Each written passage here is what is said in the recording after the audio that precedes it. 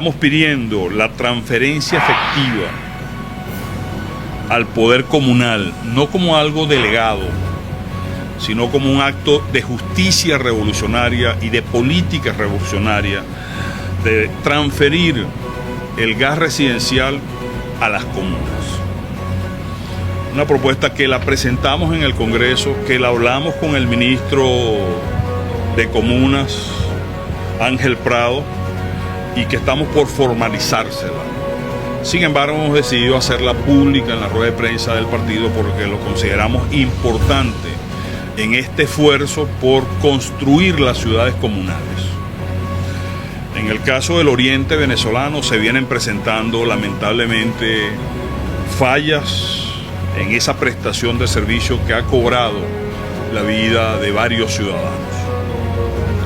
Y nosotros creemos que este servicio público puede ser el primer servicio público comunal, que es la transferencia del gas residencial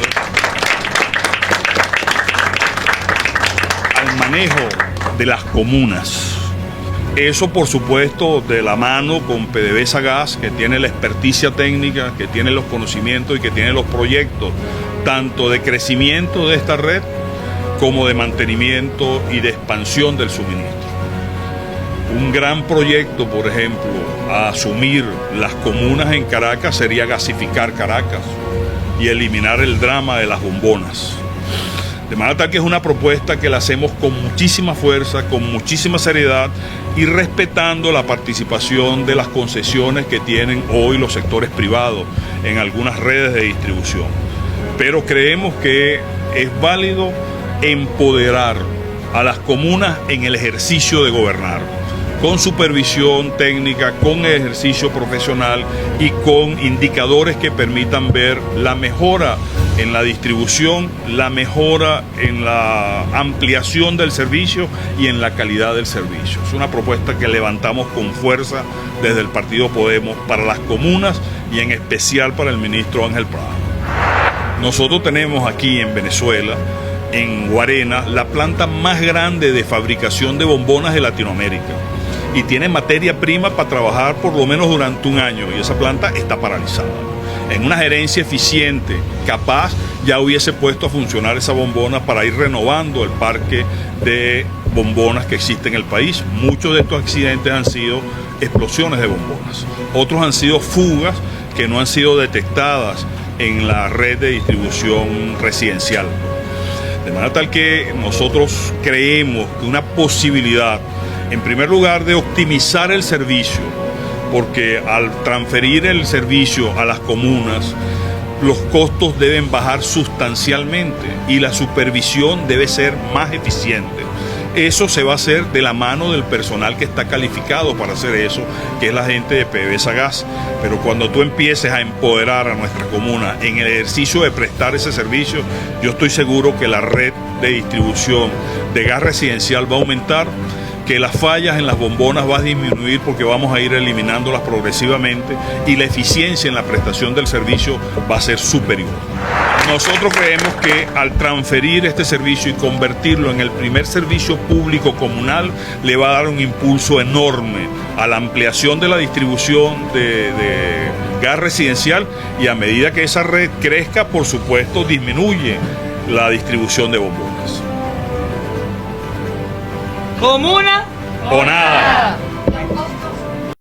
Luego de 17 días de raptada y tras haberse constituido un comando familiar de búsqueda y rescate, este domingo 24 de noviembre de 2024 fue hallada la menor de 14 años, Luisa Alexandra Mateus Márquez, quien había desaparecido la tarde del jueves 7 de noviembre en Arapuey, municipio Julio César Salas del estado Mérida. Desde las 3:30 de la madrugada de este domingo 24 inició la búsqueda en una zona boscosa en el sector La Pereza, vía la parroquia Palmira de ese municipio, en un lugar denominado Las Cabrías, en dirección a las torres de alta tensión, área perteneciente a Arapuey.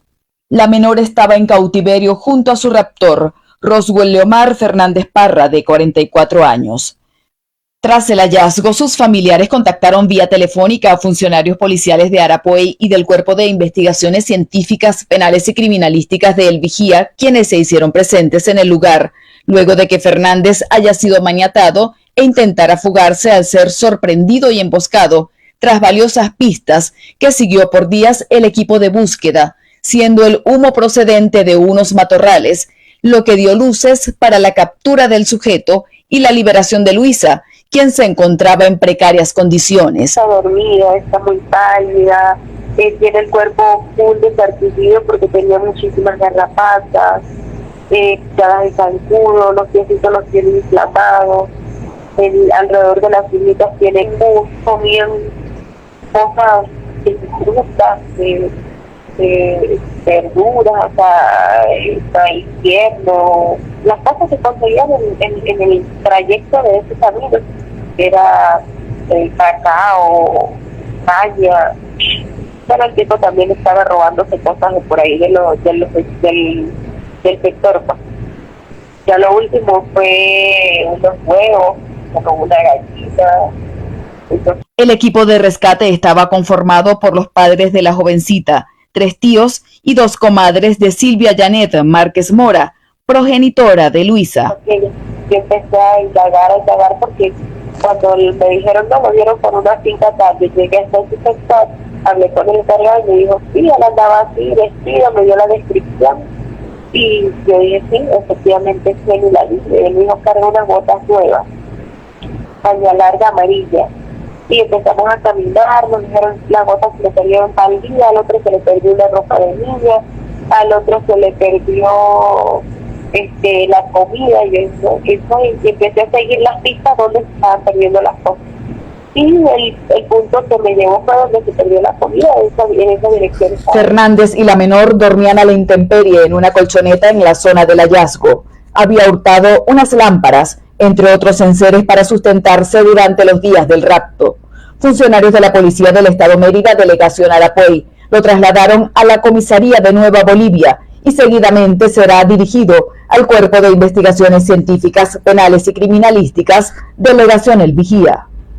La menor fue evaluada por medicina forense y se espera su pronta recuperación física y mental, luego de más de 2 semanas pernoctando bajo la inclemencia del clima y sometida por Roswell Fernández. Con el reporte, Adriana Márquez.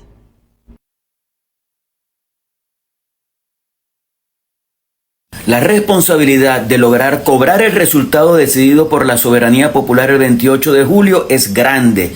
Tenemos que enfrentarnos a una férrea dictadura con todo lo que ello implica, pero además tenemos que confrontar con ese nefasto grupo de normalizadores, nombre muy suave, que hacen todo para acercarse a la dictadura y pasar la página, como si no hubiera pasado nada este 28 de julio. No entienden que ese día Venezuela cambió para siempre y creen que buscando su comodidad van a acabar con la esperanza de los venezolanos. Simplemente no lo vamos a permitir y los vamos a denunciar. Recientemente he visto algunos personajes dando declaraciones deplorables que voy a compartir con ustedes. En primer lugar, les presento a Ricardo Cusano, quien no solo fue presidente de Fedecámaras, sino también fue representante de la sociedad civil en el Frente Amplio Venezuela Libre y se encargó de la presidencia de la Cruz Roja venezolana por órdenes de la dictadura de Maduro. Se presenta como independiente, opositor, pero pasó la página hace rato. La confrontación política con o sin razón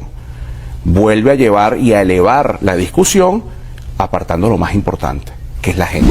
La confrontación política o la decisión de la dictadura de irrespetar el resultado electoral del 28 de julio. ¿Por qué se te olvida hablar de ese robo y de los muertos y de los miles de presos políticos? La semana pasada en la Universidad Central estuvimos participando en un foro precisamente sobre el tema de las reformas electorales. Bueno, yo creo que lo que invitamos es a la sociedad, a los liderazgos, a que hagan presencia de esa discusión para que después no digan que le fueron impuestos alguna situación. O sea, ¿tú quieres que vayamos a la ilegítima Asamblea Nacional a opinar sobre una reforma electoral que ya tienen decidida y que lo que busca es inhabilitar de por vida y acabar definitivamente con el voto? Yo he sido uno de los primeros que ha estado en contra de los procesos sancionatorios o de la imposición, tal como lo establece la jerga de la ONU, de medidas coercitivas unilaterales. La verdad es que eso sencillamente lo que hace es complicar las realidades de la ciudadanía, más allá de que lo que busquen es complicarle la vida a los actores políticos o del ejercicio del poder. Pero ¿por qué no dices que el culpable de las sanciones es el propio Nicolás Maduro al acabar con la democracia en Venezuela? ¿Por qué no reconoces que la industria petrolera y la agrícola y pecuaria y la turística y todo fue destruido antes de que hubieran sanciones? Ambas partes tengan la suficiente madurez de entender que ese diálogo no es para permanecer o para desplazar los espacios de poder, sino que sea para dar resoluciones a los venezolanos. Ambas partes, o sea, esto es una pelea entre dos partes. ¿No te parece que es una pelea del 90% de la nación contra un régimen dictatorial que agrede al país? Entonces el tema no es desplazar a quienes usurpan el poder. No les ganó la nación por más de 37 puntos de diferencia. Hay que olvidarse de eso. Ricardo, por favor. El año que viene sabemos que hay unos procesos electorales y ojalá haya la disposición de los líderes políticos de participar. Pero bueno, no participamos en esta elección del 28 de julio y contra todo el abuso y ventajismo ganamos y la dictadura presentó un boletín falso declarando ganador al perdedor Maduro. ¿Por qué no dices nada de eso, Ricardo? ¿A dónde te ha llevado tu cinismo? Veamos ahora al presidente de Conindustria, Luigi Picella, quien le dijo al periodista Pedro Pablo Peñalosa que se siente muy satisfecho con la cercanía que tiene con la dictadura madurista, que quiere viajar con el dictador por el mundo para vender las bondades del país, que Conindustria solicitó que se publicaran los resultados y cumplieron y listo, que ellos no son CNE ni son TSJ, o sea, se lavan las manos como Pilato lavó las suyas. Y para completar dijo que el político que se dedique a la política y nosotros a lo que sabemos hacer, y que esto vaya separado y que logremos un crecimiento sostenido por el bien de los venezolanos, como si no supiera que los problemas económicos y sociales del país tienen su raíz en el desastre político de Maduro y sus cómplices. Vamos a escucharlo en otra entrevista. En primer lugar, todos los gremios nos hemos abocado desde hace un tiempo a decir lo dañino que fueron las sanciones para el país. Porque a veces se piensa de que las sanciones son para una persona en determinado, que las hay de manera individual, pero el resto de las sanciones afecta al país. Vuelve con las sanciones. ¿Quién es el culpable de las sanciones? Maduro, compañero. Maduro es la peor sanción que tenemos los venezolanos y las sanciones se las dan otros países porque acabó con la democracia. ¿Por qué no dices nada de eso, Luigi? Devuelvan la democracia y se acaban las sanciones. Siempre se dice no hay electricidad o no hay combustible y bueno, da la casualidad que el gobierno está sancionado como tal y entonces comprar un repuesto no es sencillo y también se le niega al resto de los países que tengan alguna actividad con el gobierno. O sea, Picella, que no tenemos electricidad ni combustible por las sanciones. ¿En serio? ¿No fue que Chávez, Maduro y sus cómplices destruyeron la industria petrolera y la ineficiencia, la corrupción, la partidización, el centralismo, destrozaron el sistema eléctrico venezolano? ¡Carajo, Picella! Como ustedes saben, las sanciones están allí. Lo que se han dado son unas licencias que permiten a determinados actores... Sí, se ha matizado de alguna forma. No solo producir petróleo, sino comercializarlo con Estados Unidos y evidentemente también comprar incluso gasoil, incluso comprar petróleo más liviano para mezclarlo. Eso ha hecho que se haya estabilizado también la economía. Que se ha estabilizado la economía. Mi arma, que se ha estabilizado la economía. Con las licencias ha tenido más ingresos la dictadura que tú defiendes. Pero te pregunto, ¿a cuántos hospitales, a cuántas escuelas ha llegado ese dinero? ¿Cuántos problemas se han resuelto con ese dinero? ¿No ha servido eso para más corrupción, para la compra de armas, para la compra de equipos para reprimir a la gente? ¿Qué parte de que la dictadura es el problema no entiendes? Y vamos a cerrar con broche de oro. Este próximo es un impresentable cuya familia debería pedirle que se retire de la opinión pública porque lo que hace es desvariar. No es empresario ni es político, realmente no sé qué es lo que es. Me da como pena ajena, pero aquí se los dejo. Enrique Ochoa Antich. Dos necesidades. Una, que la oposición se recomponga, que haya una recomposición a lo interno de la oposición, que los sectores más moderados de la plataforma se desprendan de los sectores más extremistas. Que la oposición se recomponga. No fue la oposición, la nación venezolana, la que le dio tremenda paliza a Maduro el 28 de julio. Eso no vale nada. ¿Cómo es eso de moderada y extremistas? ¿Qué es extremismo para ti, Ochoa? ¿Pelear porque se respete el resultado del 28 de julio te parece extremismo? ¡Qué pena das, hermano! Y que Maduro tuviese la audacia el 10 de enero de decir: yo convoco a un cogobierno, convoco a un gobierno de unidad nacional. O sea, no importa que Maduro se haya robado la elección, hay que dejarlo tranquilo y que haga un gobierno de unidad nacional. Y el voto de los venezolanos y la soberanía popular, eso te sabe a casabe. No, hermano, ya perdí mucho tiempo contigo. ¿Por qué les dejo estas declaraciones? Porque tenemos que estar mosca y pilas. Yo sé que lo estamos, pero por si acaso, aquí tienen ejemplos, pero hay más y los presentaremos. Nuestro norte, nuestro foco es lograr que se respete el 28 de julio. Ni Maduro ni sus cómplices van a poder con la decisión de la nación venezolana. La vamos a defender. Ya triunfamos y vamos a cobrar. ¡Que viva Venezuela libre! Douglas, Alexis, Santiago, vamos a proponernos el 2025 las bandas que corran o se encaramen, pero vamos a acabar con ellas. Estamos poniendo a trabajar a presos de todo el país con el objetivo de que devuelvan de alguna forma el daño que le causaron a nuestra sociedad y también para que comprendan realmente el esfuerzo que arrebatan en cada delito que cometen. Les sacamos los celulares en todas las cárceles nacionales. Se acabó el viva la pepa de que sigan haciendo sus negocios desde las cárceles federales. Y hemos logrado controlar el crimen y reducir drásticamente los asesinatos en Rosario, una ciudad que hasta hace muy poquito estaba cooptada por el narcotráfico. Y ya que hablamos de los presos, quiero darles una pequeña primicia. En las últimas semanas se hicieron conocidos varios casos de delincuentes que, utilizando la ley de identidad de género, pretendían argumentar que en realidad eran mujeres que debían estar en una cárcel de mujeres, ya sea para aprovechar de las mujeres reclusas o para continuar con los negociados desde condiciones más laxas. Tan solo la semana pasada se supo que el jefe de la banda de los moros pidió 10 habeas corpus para cambiarse de género y poder percibir visitas de hombres. Solo en un país cuyos valores han sido profundamente trastocados puede permitirse semejante barbaridad. Por eso, con nosotros esta estupidez se termina. Vamos a prohibirlo. Los delincuentes no van a poder solicitar un cambio de penal bajo el paraguas de la identidad de género y vamos a impulsar una iniciativa para que los sistemas penitenciarios provinciales puedan adherir. Salí de mi país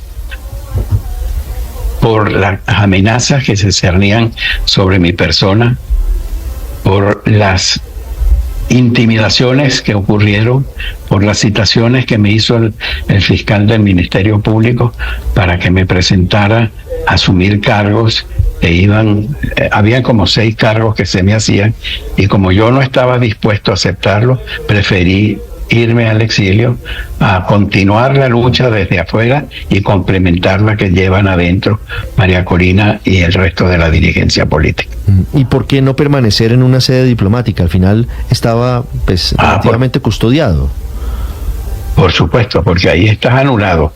Desde el exterior yo he venido ejerciendo una actividad que va desde mi encuentro con las autoridades de Portugal, de Italia, de la Holanda, de Bélgica, con el Parlamento Europeo, en fin, situaciones que no hubieran podido hacer, circunstancias que no hubieran podido ocurrir si yo hubiera estado en Caracas. ¿El régimen de Nicolás Maduro amenazó a su familia si usted no salía del país? Prefiero no hablar de ese tema.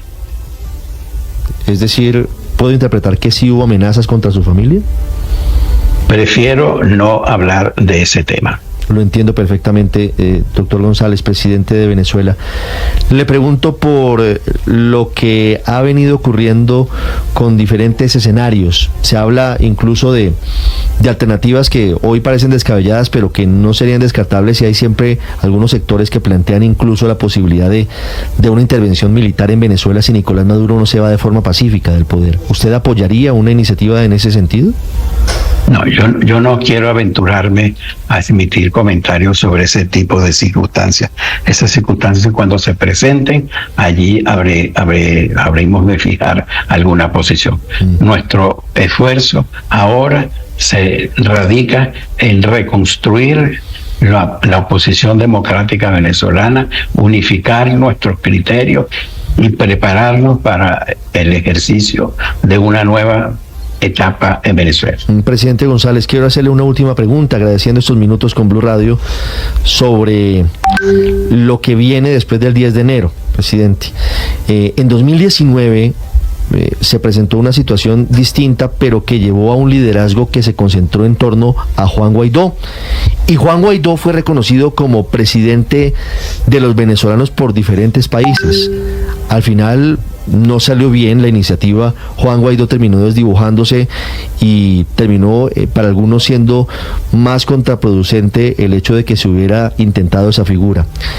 ¿Usted no teme terminar siendo un presidente como lo fue Juan Guaidó en el exilio, sin ningún tipo de injerencia sobre lo que está pasando en el tablero geopolítico de Venezuela? ¿Ese riesgo usted lo contempla, tenerlo sobre la mesa? Un presidente reconocido por varios países, bueno, incluso Estados Unidos, pero sin la posibilidad efectiva de incidir en la política venezolana y de ejercer su cargo. Mira, esa situación es completamente distinta a lo que tenemos planteado ahora. Juan Guaidó fue designado en función de un artículo de la Constitución. En el caso particular mío, soy producto de la elección soberana del pueblo venezolano, que mayoritariamente me escogió como su candidato el pasado 28 de julio. Yo quiero que se respete esa voluntad de más de 7. Se pospone hasta enero el caso de los hermanos Menéndez, ¿no? Y hay mucha inquietud también sobre esto. ¿Por qué se pospone hasta enero? Bueno, primero porque en la elección reciente hubo un cambio de fiscal general del Distrito de Los Ángeles, número uno, y número dos, pues se han entregado muchísimas pruebas muy voluminosas para estudiar y sencillamente no da el tiempo necesario para poder tomar esa decisión que es tan importante. El juez en Los Ángeles dijo que el que va a tomar la decisión final es él, correctamente, pero que también quiere darle posibilidad al nuevo fiscal que está entrando. Básicamente la teoría política y legal es la misma que acabo de explicar con Trump. Por normas, cuando un presidente está en estos últimos meses en su presidencia, o si es un gobernador, no está supuesto a hacer cosas para prevenir que el próximo ejecutivo pueda hacer su trabajo de manera correcta. So, básicamente viene siendo lo que se llama en inglés lame duck, donde la idea es de hacer una transición de gobierno apaciguada, profesional, colegial, con el interés de mover el país en quizás en una nueva dirección, como obviamente vamos a ver a nivel federal, pero también para no obstruir o crear obstáculos o dificultades en procesos que están todavía abiertos y que no están finiquitados. So, veremos a ver qué pasa. Quizás el próximo fiscal en Los Ángeles va a retirar la recomendación. Es posible. Y si no, el juez puede decir, bueno, soporto la aplicación o no la soporto, porque al final la determinación cae 100% en la discreción del juez asignado en el caso que ese sí no ha sido destituido. Quizás una inquietud, Rick, en torno a esto también podría ser, hoy justamente testificó una de sus tías, Terry Bará, la hermana de José Menéndez, y dijo que se han rehabilitado, que también, han hecho en prisión buenas acciones. ¿Hay pruebas sobre esto? Yo diría que no hay pruebas de que hubieron desacatos o actos disciplinarios en su contra, pero eso no quiere decir que la persona está rehabilitada, ¿no? O sea, y donde uno, y yo entiendo que es la tía, que es la familia, obviamente, pues cualquiera lo haría por su hijo, por su nieto, por su sobrino, lo que sea, pero si miramos a nivel global, entonces vamos a sencillamente, cuando una persona cumpla 20 años su sentencia, asesinos, violadores, pornografía juvenil, suéltalos. Porque con tal de que no hayan tratado de escaparse de la cárcel, o que no hayan golpeado a un guardia, o que no han violado a un preso en la cárcel, pues ya están rehabilitados y vamos a quitar las sentencias mínimas mandatorias, vamos a abrir las puertas de las cárceles y todo el mundo está rehabilitado y chao pescado, ¿no? O sea, es absurdo. Nuestro sistema de jurisprudencia tiene un pequeño tolerancia para casos excepcionales en cuanto a mitigaciones de sentencia. Para eso los presidentes tienen el derecho de perdonar y hacer clemencias, pero eso no está supuesto a ser abusado, right? Y entonces, de la misma manera que esa mujer, la tía, está llorando y suplicando y testificando lo demás, pues yo me imagino que los hermanos, los tíos, los primos y los hermanos de los padres Menéndez están mirándolo desde su otro punto de vista. Y todo eso es lo que va a caer y mitigar y agravar la discreción que va a ejercer el juez en el mes, aparentemente, enero del año entrante. Respetuosamente solicitamos el diferimiento de la discusión de la ley para una próxima sesión.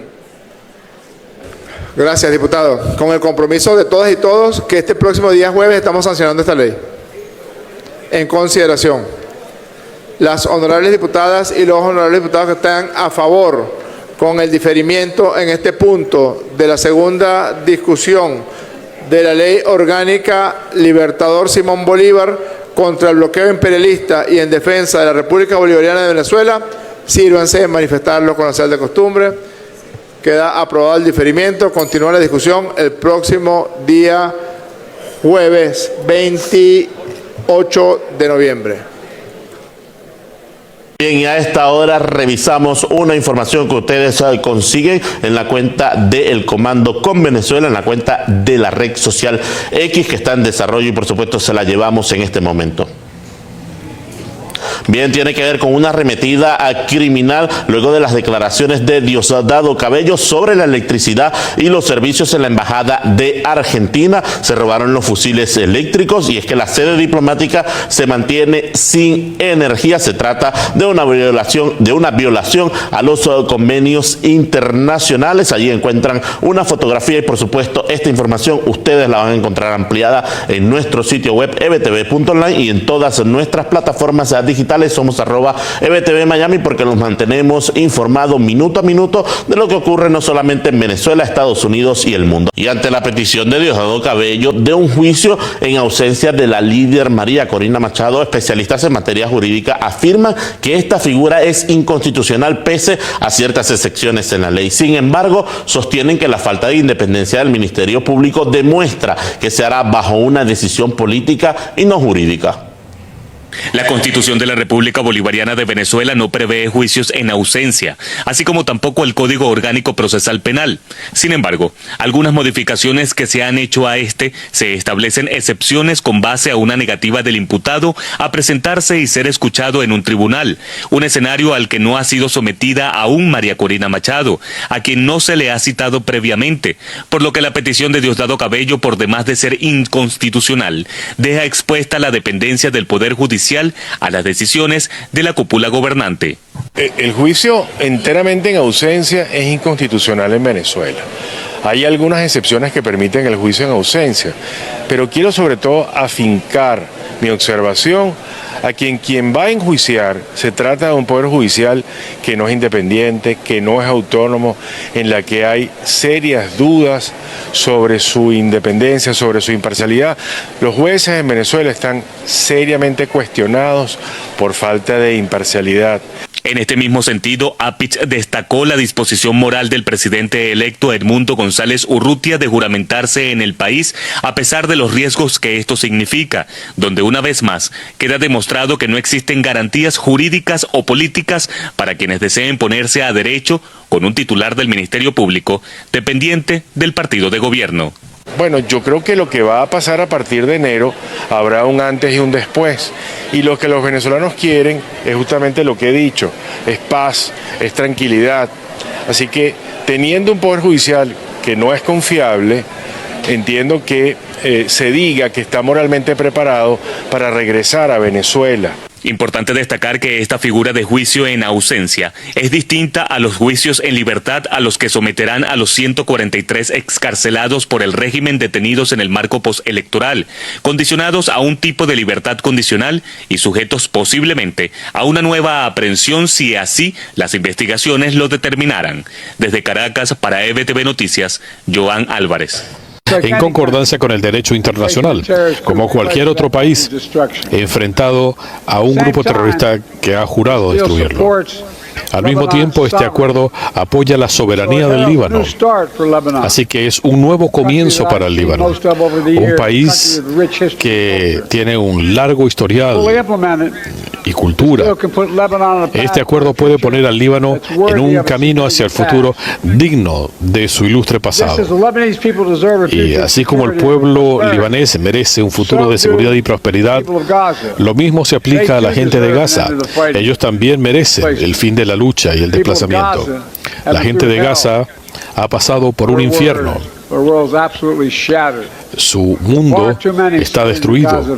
Demasiados civiles en Gaza han sufrido demasiado.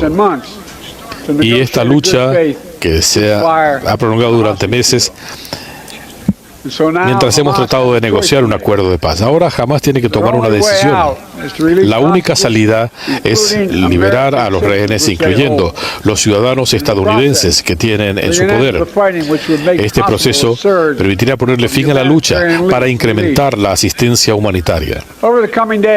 En los próximos días, Estados Unidos hará otro esfuerzo junto con Turquía, Egipto, Qatar, Israel y otros para concertar un cese al fuego en Gaza, lograr la libertad de los rehenes y ponerle fin al conflicto. Esto es posible. Y para la región del Oriente Medio, esto nos pone un paso más cerca de hacer realidad una agenda que he venido promoviendo a lo largo de mi presidencia. Una visión para el futuro del Oriente Medio, con paz y prosperidad e integración transfronteriza. Un futuro donde los palestinos tengan su propio Estado. Uno que satisfaga las aspiraciones legítimas de su pueblo, donde no haya amenazas para Israel o grupos terroristas actuando con el respaldo de Irán, donde todos tengan igual medida de seguridad, prosperidad y sí, dignidad. Y con ese fin, Estados Unidos sigue preparado para concertar una serie de acuerdos históricos con Arabia Saudita, incluyendo un pacto de seguridad y garantías económicas. El presidente electo de Venezuela, Edmundo González Urrutia, aseguró en una entrevista con Blue Radio de Colombia que tomará posesión como presidente electo el 10 de enero, tal como lo estipula la Constitución, y asumirlo de manera presencial. No, mira, nuestra aspiración es esa, de tomar posesión del cargo el 10 de enero, tal como lo estipula la Constitución, y asumirlo de manera presencial. Es decir, yo no estoy pensando en función de una juramentación telemática ni nada de eso. Yo estaría dispuesto, y nuestra aspiración es de viajar a Caracas para que, como lo pausa la Constitución, ese día tome posesión quien resultó ganador en las elecciones del pasado 28 de julio. Hay que respetar la voluntad popular y hay que respetar los más de 7 millones de votantes que propiciaron nuestra victoria. Hoy, en el marco del Día Internacional de la Eliminación de la Violencia contra la Mujer, desde la Alianza de Mujeres Políticas y distintas organizaciones se ha organizado un foro en el cual se busca visibilizar la violencia que viven actualmente las mujeres en prisión. Y de igual forma aprovechamos para visibilizar en este espacio que en Venezuela hay más de 200 mujeres injustamente privadas de libertad, a las cuales se les han violado todos sus derechos, a las cuales no se les ha garantizado el debido proceso. Muchas de ellas no tienen acceso a la defensa, y además de eso se les ha vulnerado y se ha cometido contra ellos todo tipo de abusos y violencias que demuestra como un Estado que violenta los derechos de las mujeres. Hoy exigimos la libertad de las más de 200 mujeres presas políticas de Venezuela. El 3 de diciembre se va a discutir el tema de Venezuela. Por eso es que es tan importante que este 1 de diciembre salgamos los venezolanos en esas más de 400 ciudades donde tenemos activistas coordinando actividades para hacer un SOS a la Corte Penal Internacional, hacerle una exigencia al fiscal Karim Khan que tome acciones. Todos sabemos que Karim Khan es un fiscal activo, ya ha emitido órdenes de captura contra Putin, contra el primer ministro de Israel, o sea, es un fiscal que no le tiembla el pulso a la hora de emitir órdenes de captura, pero necesitamos que coloque a la situación de Venezuela a la misma altura de las demás causas, así como lo acaba de hacer el Movimiento Mundial por la Democracia, que lo haga también el fiscal y que pase a tomar acciones que condenen los crímenes de lesa humanidad que están ocurriendo en Venezuela y adicionalmente que emita las órdenes de captura en contra de los máximos responsables. Por eso es tan importante que salgamos una vez más a la calle este 1 de diciembre para alzar la voz y para exigir justicia para toda Venezuela. Desde el año 2017, además del Tren de Aragua, han sido desmantelados o severamente golpeadas al menos 10 bandas. Entre ellas se encuentran las del Coqui, la de Wilmer Bachiller, la del Conas, la de Carlos Capas, la de Eduardo Delicia, la de el Gigi Boscán y la de Wilexis. Entre estas bandas hay 242 detenidos, 187 órdenes de aprehensión, 35 condenados y 113 alertas rojas solicitadas que se suman a los del 3 de Aragua. Y obviamente no podemos dejar de decir, para terminar, la lucha contra la conspiración, contra los terroristas, contra los mercenarios, contra los que buscan imponer por la vía de la violencia un golpe violento y desatar en Venezuela una guerra civil. Los hemos derrotado. Se ha iniciado un proceso en el Tribunal Supremo de Justicia a cargo de la Sala Constitucional. Ya han hecho varias audiencias. Tengo entendido que van a citar a una audiencia presencial en Venezuela a los representantes de TikTok. Yo tengo aquí una primicia que tengo aquí, que es la carta que dirige TikTok Latinoamérica a el ministro Jorge Márquez. En respuesta, por primera vez TikTok Latinoamérica responde a una carta de alerta y protesta contra la difusión de contenidos que propician daños a la mente de la sociedad, pero en especial de los niños, de las niñas y la juventud. Hemos establecido relación por primera vez con TikTok Latinoamérica. Yo creo que estamos de acuerdo en que esto debe acabarse. Y si TikTok no acaba con estas campañas sucias para dañar la mente, la ley venezolana tendrá que aplicarse. Yo le di chance a los muchachos de educación media, de educación universitaria, ellos están evaluando una propuesta que me van a hacer llegar de lo que deben ser las opciones que tiene el país frente a esta amenaza. Otros países también han sido víctimas y están reaccionando. Es el tema de las redes sociales, porque mucha gente me dice, Maduro regula eso, Maduro prohíbe esos videos, pero es que la emisión de la señal de TikTok no depende de una oficina nacional. Todo lo que el mundo está viendo hoy día por parte del régimen castrochavista, porque están intervenidos por Cuba en Venezuela, es violencia, terrorismo de Estado y amenazas. Y en ese contexto, en vez de que eso ayude al régimen, lo deteriora, y el resultado es muy claro. Edmundo González Urrutia no solamente está ya reconocido como ganador de la elección, está reconocido como presidente electo de Venezuela por la Unión Europea, por Estados Unidos, por una cantidad de países de Latinoamérica, la mayoría, el último ha sido el Ecuador, antes de eso vino el reconocimiento del Perú, el reconocimiento de la Argentina, el de Costa Rica, el de Panamá. O sea, solamente las dictaduras socias y cómplices de Maduro, que es la dictadura jefe de Cuba, la dictadura de Nicaragua, la dictadura de Bolivia y las dictaduras extracontinentales de Rusia, Irán y China, junto con Corea del Norte, son las que nunca van a reconocer ese gobierno, pero todo está listo para que el 10 de enero el presidente electo de Venezuela, que ese es su título, que esa es su posición actual, tome posesión. Y ahí quiero agregar algo a la pregunta anterior que quedó a medio responder. Usted me preguntó del designado asesor de seguridad nacional del presidente Trump, del señor Waltz, en la Casa Blanca. Este es un experto en temas de seguridad y un experto en China, en Rusia y Irán. Waltz ha servido 27 años en las fuerzas especiales del ejército de los Estados Unidos. Ha sido un boina verde, pero después de eso ha sido un miembro del Congreso, ha sido un miembro de la Casa Blanca y un miembro de los servicios de seguridad y de inteligencia de los Estados Unidos. O sea, tiene una gran formación. Sí. Si usted suma eso a la calidad de nuevo secretario de Estado que tiene en la persona de Marco Rubio, pues todo hace prever que la nueva política exterior y las decisiones de política interna de Estados Unidos están destinadas a defender la libertad y la democracia y a terminar con las dictaduras. Yo he escrito a la semana siguiente del triunfo del presidente Trump un análisis que dice que la historia ha reservado para Trump 47, que es el número de presidente que le toca, para el presidente Trump 47, el rol de terminar con las dictaduras en la región, porque además no tiene otra opción.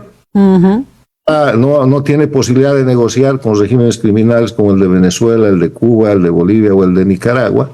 Son agresores permanentes de Estados Unidos.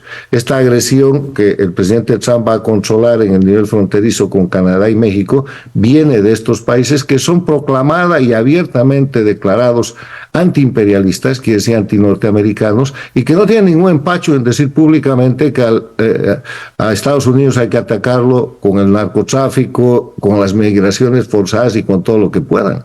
Y en eso es cierto, no solamente Estados Unidos, las democracias de las Américas están desde hace años bajo el ataque por el sistema de guerra híbrida por parte de las dictaduras que, lideradas por Cuba, integran Venezuela, Bolivia y Nicaragua, y tienen el soporte de las dictaduras extracontinentales de Rusia, Irán, China y Corea del Norte.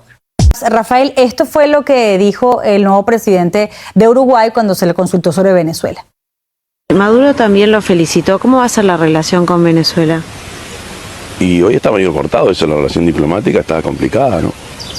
Y bueno, es un proceso lento y de trabajo. Lo más importante siempre entre países es aceitar la relación diplomática. Nosotros tenemos relación con países que no tienen nada que ver con nuestra forma de vida ni nuestra forma política, ¿verdad? Eso no es novedad. ¿Reconocerá Edmundo González Urrutia? ¿Cómo? ¿Reconocerá Edmundo González Urrutia como presidente electo? Veremos, cuando nos sentemos a ver con la gente nuestra de Cancillería en qué estado están las relaciones, porque sé que está complicado. Uruguay, y como es mi país y es mi estado, yo me respaldo en eso, ¿no? Entonces, más allá del pensamiento y de la idea, acá hay una relación entre estados que tenemos que cuidar y mucho. Por lo tanto, ahora hay un impasse que yo tengo que acompañar. Falta mucho para el marzo, ¿no? De aquí a marzo falta y va a pasar mucha agua bajo el puente. En el mundo que tenemos hoy, en un mes te cambió todo. ¿Ves la misma posición de Mujica allí? ¿La posibilidad? Esa posibilidad que comentaba. Sí, mira, la verdad es que me satisface las declaraciones a pesar de la ambigüedad, porque no hay una solidaridad automática, que exacto, es lo que usualmente ocurre. Al menos dice, bueno, que es complicado, que hay que estudiarlo. Lamentablemente en otros casos de solidaridad automática vemos, bueno, una respuesta diferente. Yo creo que en el caso de Brasil y Colombia, pero justamente allí no hubo solidaridad automática por parte de Lula y Petro después de las elecciones. Y bueno, pidieron las actas, pero ahora te encuentras con declaraciones como la de Lula, que eso le corresponde a los venezolanos, y la de Petro diciendo en la voz de su canciller, que por cierto quiere ser presidente, y más bien pensaban que él iba a tener una línea más dura de aquí a enero, pero lo que dijo fue que las elecciones fueron un error y que, bueno, básicamente es porque el pueblo está sancionado. Un disparate que no terminamos de entender. ¿A dónde crees que quieren ir ambos países a regularizar, normalizar la relación con Maduro? Yo creo que tanto Petro como Lula han abandonado la demanda de la transparencia de los resultados y están comenzando a trabajar en función de la relación que van a tener con Miraflores luego del 10 de enero, ¿no? Creo que, digamos, ambos signos son evidentes sobre eso. Y yo esperaría que lo mejor que pudiera ocurrir sería que ellos trabajaran en función a algo que en Venezuela se ha llamado la ambigüedad constructiva. Es decir, que puedan tener, digamos, una diplomacia afable a partir de los micrófonos, pero que tengan acciones como la que tomó el presidente Lula con el veto a Venezuela en los BRICS, que independientemente del tipo de relación que se pueda recomponer, bueno, ya ese hito ya se dio, y para el caso del gobierno de Nicolás Maduro fue, digamos, un golpe muy duro, ¿no? Entonces yo lo que esperaría a partir del 10 de enero es que hubiera un reconocimiento de Nicolás Maduro como un presidente de facto, ¿no? Por supuesto es quien controla territorio, es quien controla digamos el ejercicio de las instituciones públicas, pero por supuesto con un reconocimiento que es un presidente que no va a tener legitimidad de origen debido a que en ningún momento tuvo el respaldo popular. Okay. Entonces, bueno, habrá que esperar, pero ojalá que no sea un borrón y cuenta nueva, que no se siga la política de los hechos cumplidos como están sugiriendo algunos actores locales dentro de Venezuela, que bueno, ya Nicolás Maduro se va a juramentar y hay que ser realista, ¿no? Voy a hablar de esas dos. Voy a hablar de esos dos puntos. De eso. Pero es que quiero retomar lo que dijiste sobre la dificultad que tiene ahora Maduro de complacer o mantener o la tranquilidad, lograr la tranquilidad de sectores subalternos del chavismo después del asesinato de Jesús Martínez. Y te iba a preguntar por qué excarcelaron a este grupo minúsculo de presos políticos. Mira, para mí hay una coincidencia temporal entre el giro que tuvo la tensión diplomática con Brasil y el tiempo de estas excarcelaciones. Yo creo que se está intentando recuperar la confianza con el presidente Lula, y creo que eso también es un mensaje para la presidencia de Brasil sobre la supuesta buena voluntad que tuviera Nicolás Maduro de cumplir algunos compromisos, ¿no? Okay. Pero mi otra hipótesis tiene que ver precisamente con que era una persona que estaba enferma de diabetes número 2, que es absolutamente tratable, como tú sabes, con el tratamiento médico suficiente. Y por supuesto, yo creo que hay mala conciencia. Digamos, yo como sociólogo me cuesta pensar que hay 3 millones de venezolanos que son fanáticos ideológicos. Yo creo que hay un sector grande, pequeño, de esos chavismos que vieron lo que pasó el 28 de julio y que están problematizados en este momento y que están intentando cerrar el discurso para alguno de los lados, ¿no? Por supuesto están escuchando lo que el gobierno les dice, que si la oposición hubiera ganado hubiera sido todo horrible, y eso les pudiera dar los argumentos morales para decir, bueno, ok, hicimos trampa, pero es por un bien mayor, ¿no? O hay otras personas que han comenzado u otros sectores del chavismo que seguramente comenzaron a hacer preguntas de cómo es posible esa situación. Yo creo que hay algunos malestares, y algunos de ellos se están intentando silenciar con temor, okay, con una situación de terror. Pero, digamos, no hay ningún gobierno autoritario que solamente pueda gobernar a partir del miedo, de la represión, sino que tiene que haber un espacio para intentar ganar la aprobación de un sector de la sociedad a partir de sus acciones. Entonces yo creo que hay una combinación de lo ideológico y la represión. Nos vemos en todo Estados Unidos a través de las cableoperadoras de su preferencia. Que ustedes, los diplomáticos, tienen muy claro el peso que tiene la palabra declarada, la palabra de cada uno de ustedes en representación, en el caso de la diplomacia del país en el cual ustedes se encargan de sus relaciones internacionales. En el caso de Edmundo González Urrutia, esos 40 años de diplomacia, por supuesto que le han dado una forma, un comportamiento, un conocimiento, un manejo de la situación. El decir frente a micrófonos, el decir frente a medios digitales y medios tradicionales, yo estaré en Caracas el día 10 de enero y me voy a juramentar como presidente de Venezuela. Él sabe que eso tiene un peso, porque si el 11 de enero, más allá de lo que usted nos acaba de explicar de forma muy, muy clara, pero si el 11 de enero él no se ha juramentado, esa palabra que él ha empeñado frente a la comunidad internacional y frente a los venezolanos, puede verse vulnerada, se puede ver manchada. ¿Qué le quiero significar con esto, embajador? Él sabe lo que está diciendo, lo cual nos hace pensar que tiene manera de cumplirlo. Bueno, efectivamente, yo creo que él está obligado constitucionalmente a hablar del 10 de enero porque es la fecha que la Constitución señala. Así es. Y él está en lo cierto. Ahora, él es parte de toda una evolución histórica o de una evolución política que no depende de él. O sea, el hecho de que él como tú muy bien señalas, que él se aferre a un texto constitucional y a lo que establece la Constitución, ese es su deber como diplomático. Pero eso no quiere decir que hacerse el harakiri si es que se anticipa su presidencia. Es decir, yo te hago la siguiente pregunta. Si por alguna razón los que están en el régimen se van despavoridos, como se fue Pérez Jiménez el 23 de enero, bueno, Edmundo González tendría que juramentarse antes o en algún momento determinado buscar la forma. Por eso insistía mucho en que para nosotros lo fundamental es el cambio. En el cambio, buscar la forma de fortalecimiento de la democracia. Si es con Edmundo González, bienvenido sea, porque es lo que el pueblo venezolano decidió. Pero estamos en una situación irregular en la que el problema no es la palabra de Edmundo, sino la falta de palabra que tiene el régimen. El régimen es como el prestidigitador. Un día te dice sí, pero el día siguiente está actuando negativamente.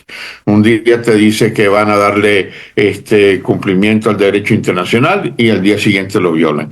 Entonces, por eso es que es tan importante la palabra no solamente de un diplomático, sino de la palabra en todos los aspectos hay que respetarla. Un comerciante, cuando va a vender un producto y llega al acuerdo del precio, tiene el comerciante que no cumple con la palabra, no va a progresar. Tiene que ser la honestidad, la transparencia y la claridad, que lo tiene el mundo, que lo tiene María Corina, pero que no lo tiene el régimen.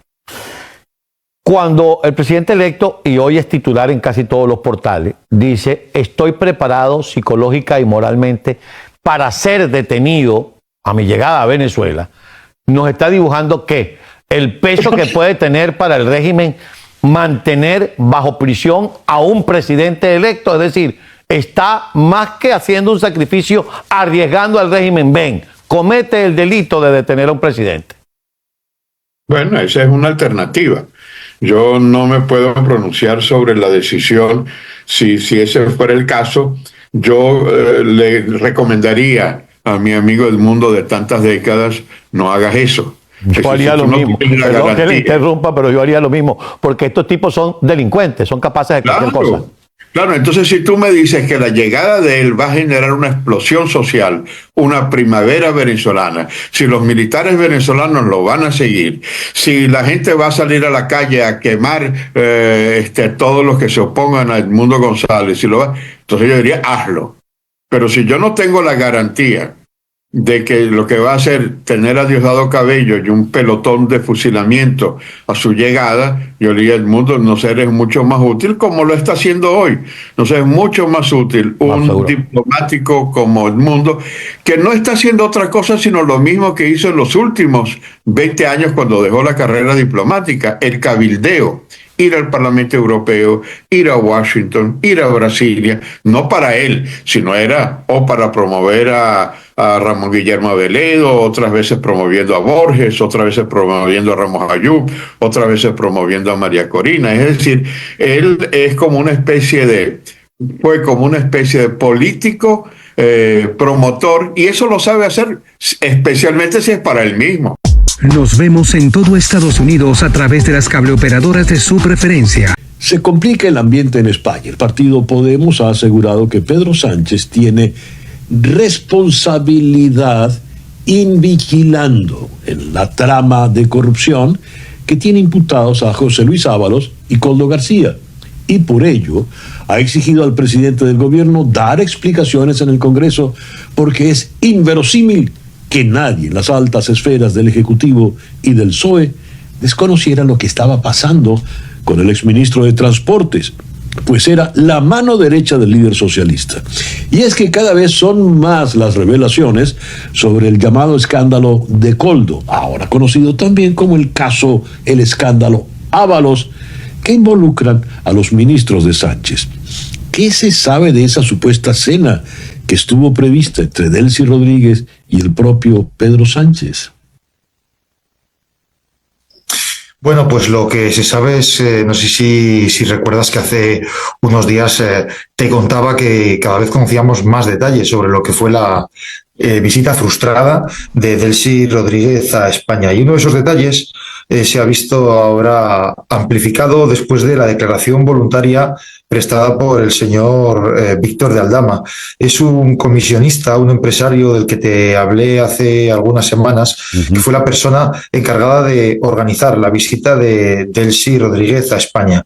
Esta era un empresario muy vinculado al gobierno español, que era adjudicatario de una serie de contratos públicos para comprar material sanitario durante la pandemia, y unas semanas antes del estallido de la pandemia de COVID, pues fue la persona que organizó la llegada de Delcy Rodríguez. Y lo que le ha contado al juez es que lo que estaba previsto, si no le hubiesen impedido el acceso al país, es tener una cena con varios ministros del gobierno socialista de Pedro Sánchez en un chalet dentro de un barrio muy exclusivo de Madrid que había alquilado el propio empresario, el propio Víctor de Aldama. Lo que cuenta es que hasta la seguridad de la embajada venezolana en Madrid se encargó de revisar la seguridad de la casa, y que el jefe de seguridad de Delcy Rodríguez viajó una semana antes a Madrid también para revisar la seguridad de la casa en la que se iba a quedar la número 2 del gobierno de Maduro. A ver, entonces Pedro Sánchez ni nadie del gobierno español estaban inocentes ante esta visita. Eso es lo que sostiene este empresario en sus declaraciones y una serie de documentos que ya ha encontrado la policía, la Guardia Civil en España, dentro de los documentos incautados a los detenidos y a los investigados. Ahí consta un mensaje que le envía el que fuera ministro de Transportes del gobierno a Pedro Sánchez, donde le informa de que va a venir Delcy Rodríguez a España y que es una visita muy importante para las empresas españolas, a lo que el presidente del gobierno contesta con un ok, es decir, interpretó Ábalos que le estaba dando el visto bueno a esa visita de Delcy Rodríguez.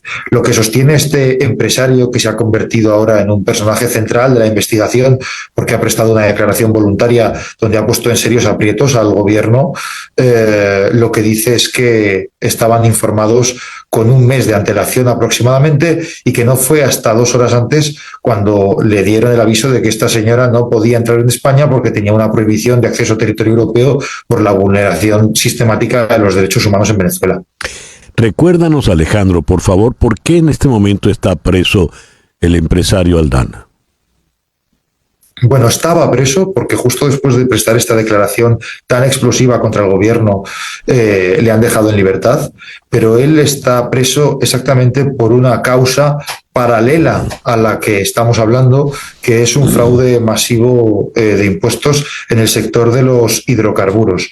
Ahí él tenía una relación con una serie de empresarios del sector de los hidrocarburos, y un presunto fraude al IVA es lo que le costó el ingreso en prisión provisional. Y después de prestar esa declaración el pasado jueves, insisto, explosiva contra el gobierno, la Fiscalía permitió que saliese de prisión y así lo decretó el juez que le investiga en esa otra causa. Por lo tanto, desde el jueves está en lo que se llama libertad provisional. Eso no quiere decir que deje de estar investigado, se le sigue investigando, pero ahora, en lugar de esperar a la evolución de esas investigaciones en prisión, lo está haciendo en la calle, en su casa. Yo en mi mente no había pasado nada de esto. Hemos hecho lo que yo no podía haber hecho en Venezuela. Desde entonces no hemos parado. En ese 10 de enero, ¿qué pudiese pasar? Hay un ganador y ese ganador toma posesión. Hay un perdedor y el perdedor sale del gobierno. Y a partir del 11 vendremos nosotros a aplicar lo que estamos predicando desde hace un buen tiempo. En ese espacio cabemos todos. Cabemos las fuerzas que estamos luchando por un cambio, así como los que están aún manteniendo el apoyo a este régimen.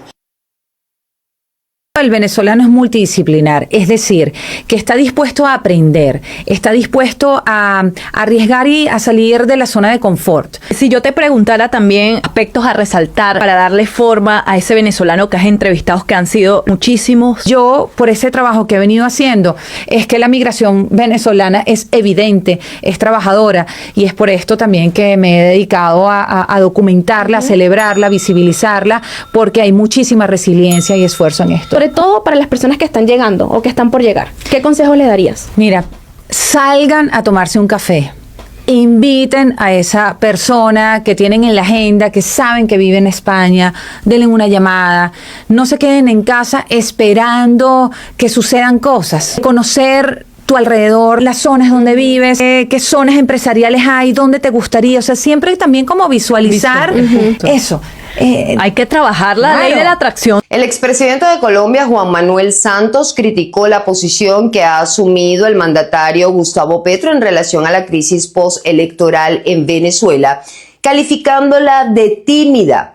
Así lo expresó durante una entrevista con un medio colombiano, en el cual también sostuvo que si se prolonga la negociación que aparentemente quiere hacer Petro, se convertiría en un cómplice del gobierno de Nicolás Maduro. Para Santos, Venezuela va por el mismo camino de Nicaragua. Ha sido timorata. Yo se lo dije a Petro, esa negociación que se está queriendo hacer, si se prolonga, se vuelve en complicidad. Entonces, yo espero que el gobierno Petro no vaya a reconocer a Maduro. Ahí lo único que veo yo en este momento es que internamente comience a agrietarse el apoyo que tiene Maduro. Yo no veo, infortunadamente, ninguna posibilidad de negociar con él. Él no ha abierto la puerta, todo lo contrario, cualquier negociación la rechaza.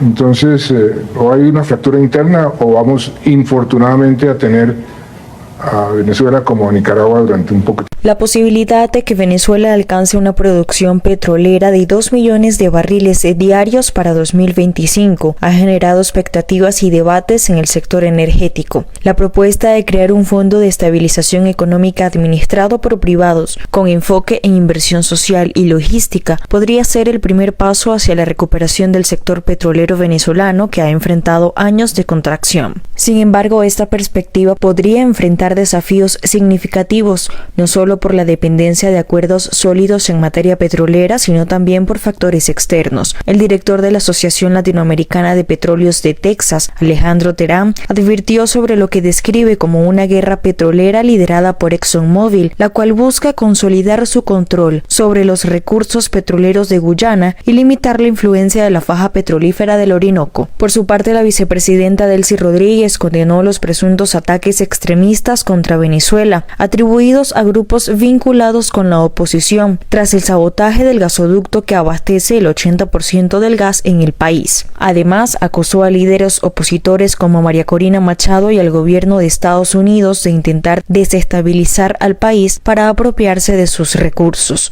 Este plan del extremismo por paralizar la industria petrolera no es un plan nuevo.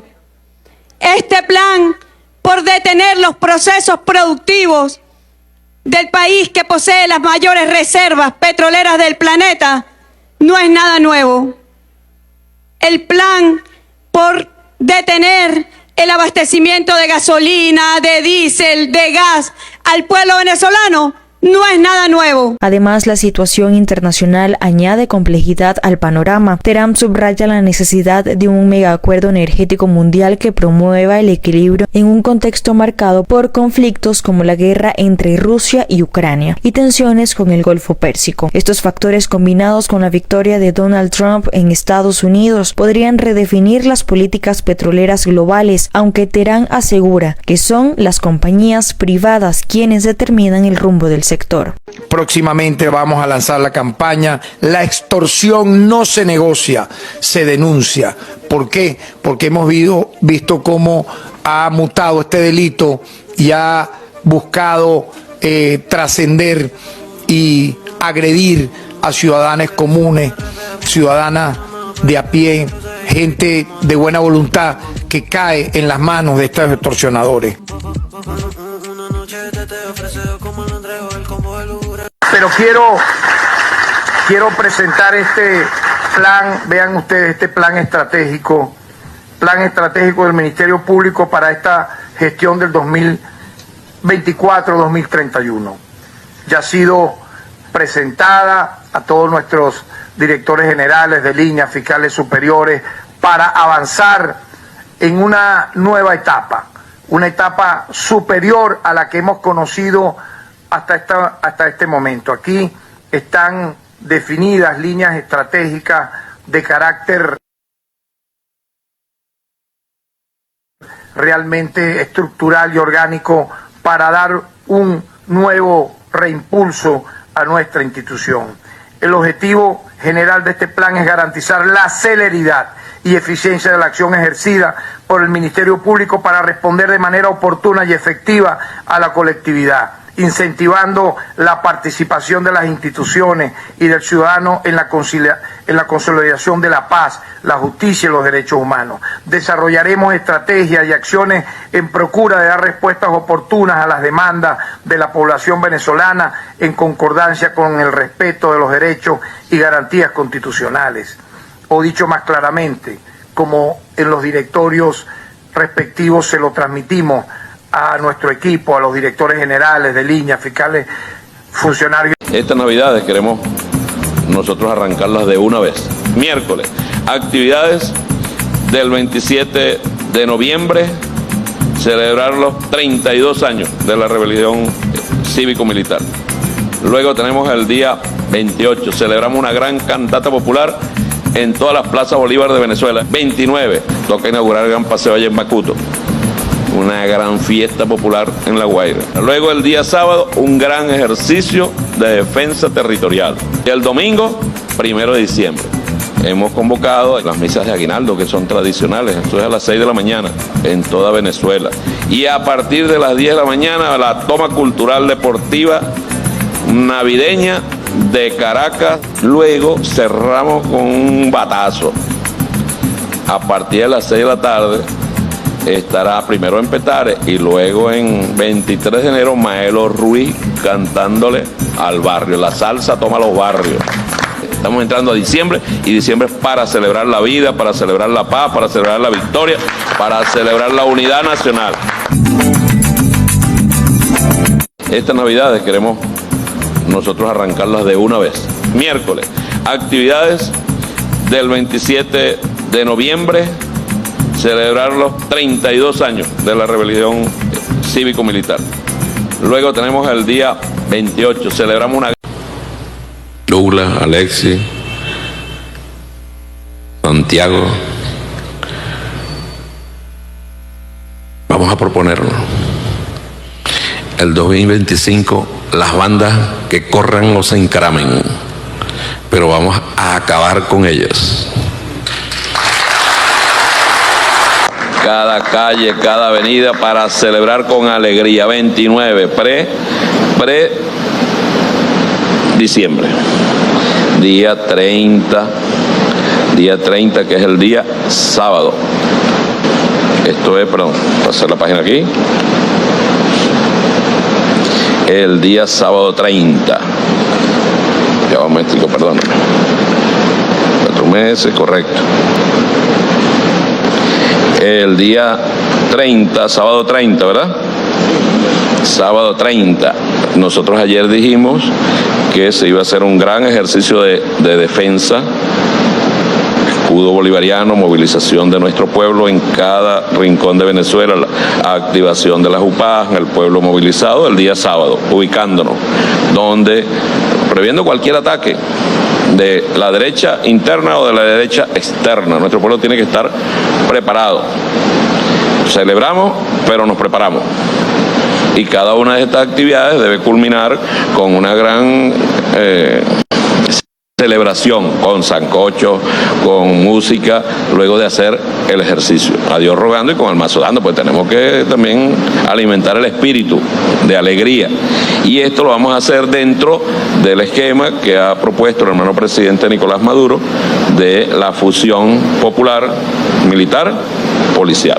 Entonces el día sábado todas las estructuras de la Vicepresidencia de Seguridad del partido y del Gran Polo Patriótico se movilizan en cada lugar que le haya correspondido para la defensa estratégica de la nación. Nos movilizamos, pero nos movilizamos dentro del marco de la alegría y de la celebración. Al final, sancocho, fiesta, parranda, etcétera, etcétera. Ya tenemos 27, 28, 29, 30. No me paro ningún día, ¿ves?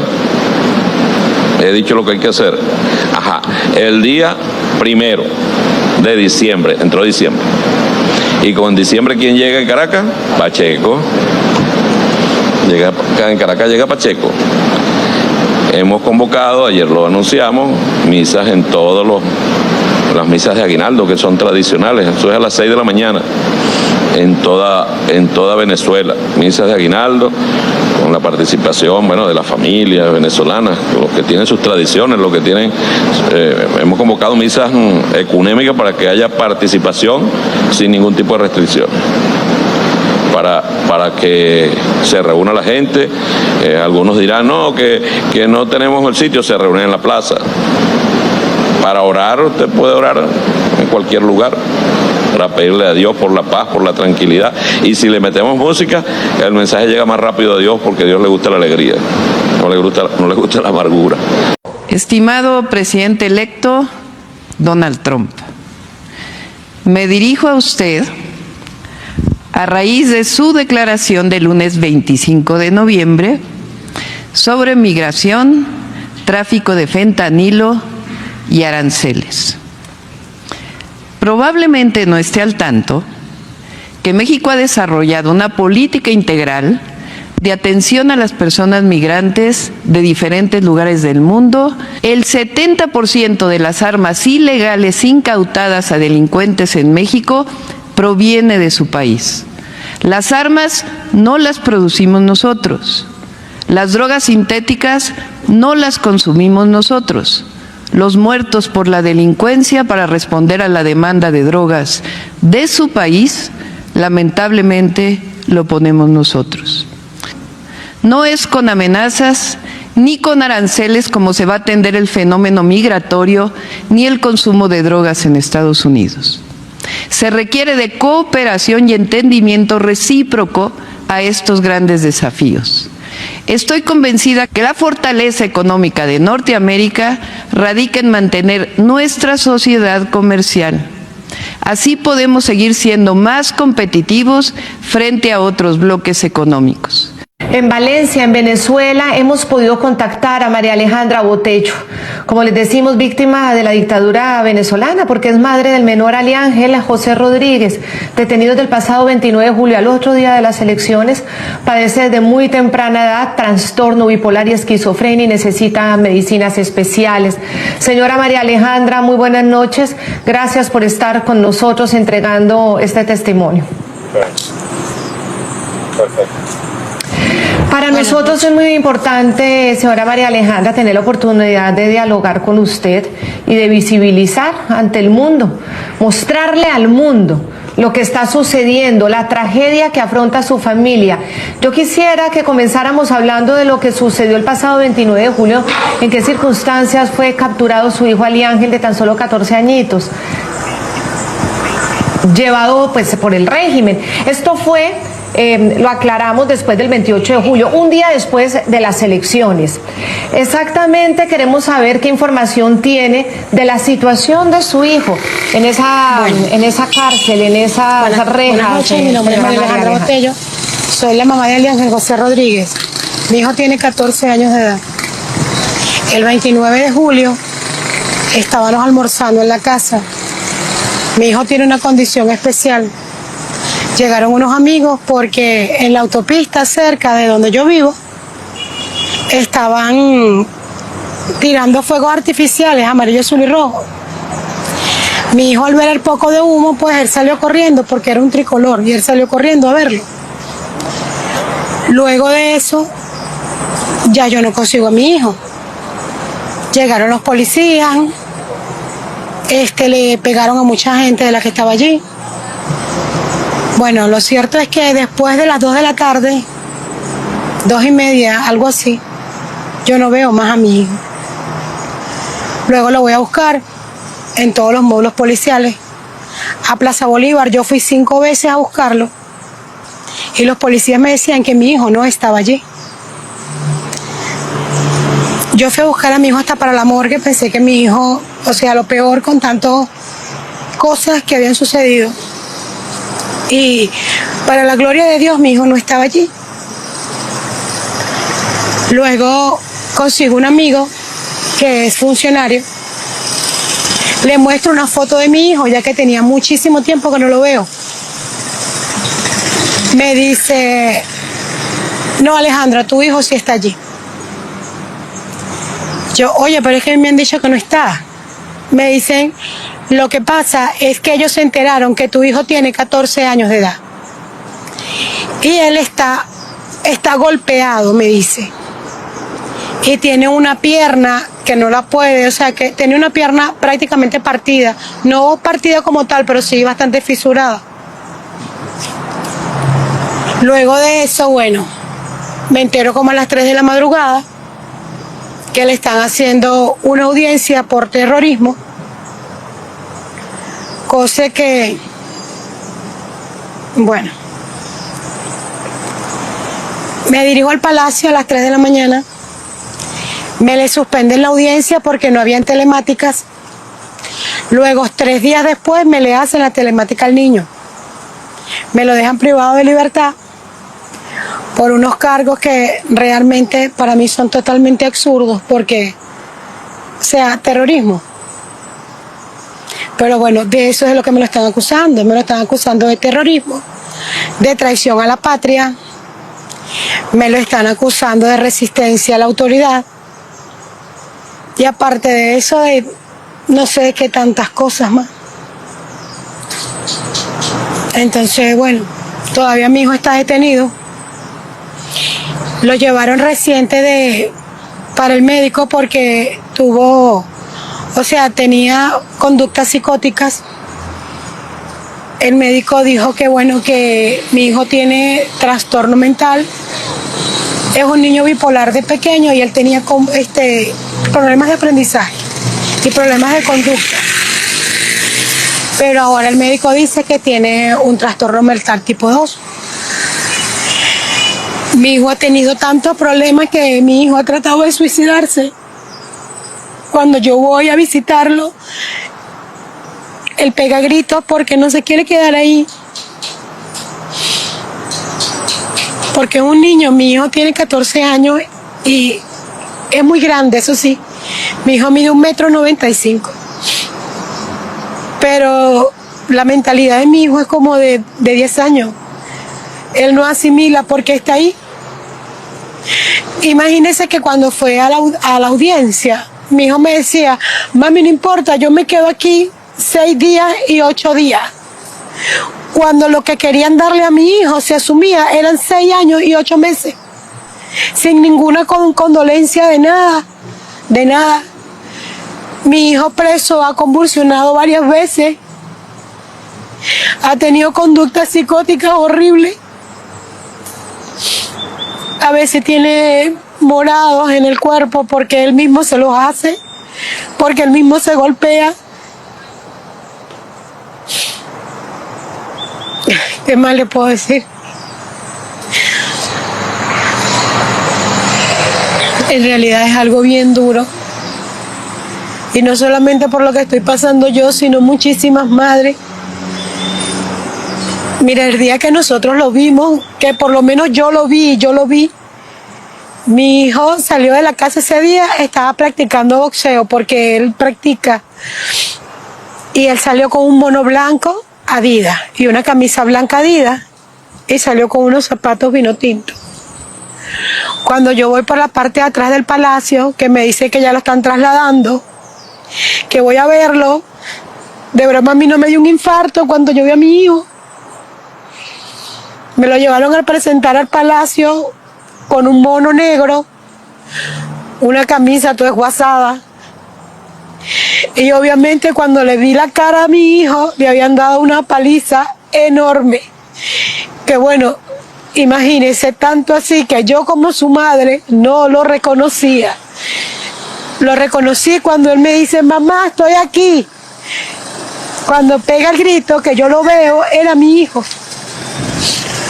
Ni siquiera lo presentaron con su ropa con la que él andaba. Parecía un pordiosero, un niño de la calle. Cuando lo presentaron, estaba todo roto, todo maltrecho. Y no nada más el mío. A todas esas madres estaban allí porque sus hijos estaban golpeados. Mujeres, o sea, niñas, niños, estaban golpeados por igual. Señora María, muy impactante esto que usted nos está contando, porque ese fue el momento en el cual usted se dio cuenta que él estaba en una prisión, que había sido capturado por el régimen. También muy importante que usted nos esté compartiendo este tipo de informaciones que dan cuenta de las injusticias que se están cometiendo con menores de edad al interior de las cárceles de Venezuela. Me gustaría que nos hablara precisamente de eso. De acuerdo con la información que usted tiene, ¿cuál es el tratamiento que le están dando al interior de la cárcel a su hijo, a un adolescente de tan solo 14 años de edad? Antes él estaba recluido en otro sitio, que no puedo mencionar el nombre. Pero él estaba en otra parte, pues. Ahora está en el módulo La Concha. Ahí está una señora que es una oficial que tiene, o sea, es la que manda, es como que la que manda ahí. Y de verdad es una femenina que con ella pues no hemos tenido ningún problema. Ella es tremenda persona, tremendo ser humano, porque también es mamá. Obvio, no está de acuerdo con que los niños estén allí, pero no puede hacer nada. Pero no tengo quejas porque ella se ha tratado a mi hijo bien. Relativamente lo ha tratado bien. Claro, obviamente no puede sacarlo para citas médicas, nada de eso, porque si no tiene autorización de Caracas no puede hacerlo. Pero del resto, bueno, gracias a ella, pues el niño está relativamente bien. ¿Le han permitido, señora María, ingresar los medicamentos que necesita su hijo? Usted nos dice que no. ¿Por qué? ¿Por qué no le permiten ingresar los medicamentos? No, nada, no. Nada de eso. No me dan ingresar nada. La policía que ella me ayuda con el niño, que está a cargo del comando, pues ahorita. Ella me dijo que si yo llevaba una orden médica, que claro que sí, mana, yo te lo dejo pasar, todo eso, porque, bueno, de hecho ella me dijo, ella me dice todo el tiempo que voy para la visita, yo le pregunto, García, ¿cómo se porta mi hijo? Me dice, mana, él se porta malísimo, o sea, ese niño tienen que sacarlo de aquí, ¿qué estás haciendo? Ese niño no está bien aquí. Me dice, tienes que hacer algo rápido, ese niño no está bien, necesita ayuda rápido. Y yo, ¿pero qué hago? Si yo hago de todo. Y no he tenido respuesta de ninguna parte. Yo fui a Caracas hace como un mes y medio. Y hablé con un fiscal que estaba allí, que es uno de los que lleva el caso de Ali Ángel. Y yo le dije que mi hijo tenía una condición, que mi hijo esto, que mi hijo lo otro. Y me dijo que, señora, deme un permiso, que yo no estoy para perder tiempo. Yo, pero o sea, yo lo que quiero es que por lo menos me deje una orden, porque sin orden de ustedes no lo puedo llevar al médico, no puedo llevar esto. Y me dijo que ellos tenían que, bueno, señora, tienes que esperar. Yo, ajá, pero es que, bueno, no le habían hecho audiencia a mi hijo. Yo le dije, pero es que a él ni siquiera le han hecho audiencia. Señora, ¿qué parte usted no entiende que tiene que esperar? Yo simplemente me paré de ahí y le dije, ok, que Dios le bendiga. Mana. Pero no me dieron nada para yo traer como una constancia, pues, para que el palacio de acá ingrese el niño, ¿no? Y en realidad, pues, todo eso es por Caracas, y si Caracas no da órdenes, aquí el Palacio de Justicia del Estado Carabobo, lastimosamente, no puede hacer nada. Estamos también en comunicación aquí en el programa La Noche con el embajador de Colombia ante los Estados Unidos en Washington, Daniel García Peña, quien ha hecho el anuncio sobre la petición del presidente Gustavo Petro a la administración Biden para otorgar un perdón a Simón Trinidad, que pueda volver a Colombia y participar en la JEP. Señor embajador, gracias por acompañarnos. Es un placer estar aquí contigo, Claudia, y con todos los oyentes. Muchas gracias. Señor embajador, ¿por qué pensar que si Simón Trinidad es liberado en los Estados Unidos y llega a Colombia, va a ser un aporte a la paz? ¿Por qué no que sea la justicia la que opere? Es que la idea es que la justicia opere, precisamente la idea es que él pueda comparecer ante la JEP, contribuir al esclarecimiento de la verdad, ayudar a que también las víctimas conozcan lo que sucedió con el conflicto, y como parte del apoyo que Estados Unidos ha venido dando al acuerdo de paz del 2016, pues esto sería un gesto que va en la misma dirección. Señor embajador, usted sabe muy bien que hay unos grupos muy importantes de las víctimas de las FARC que reúne FEPCOL.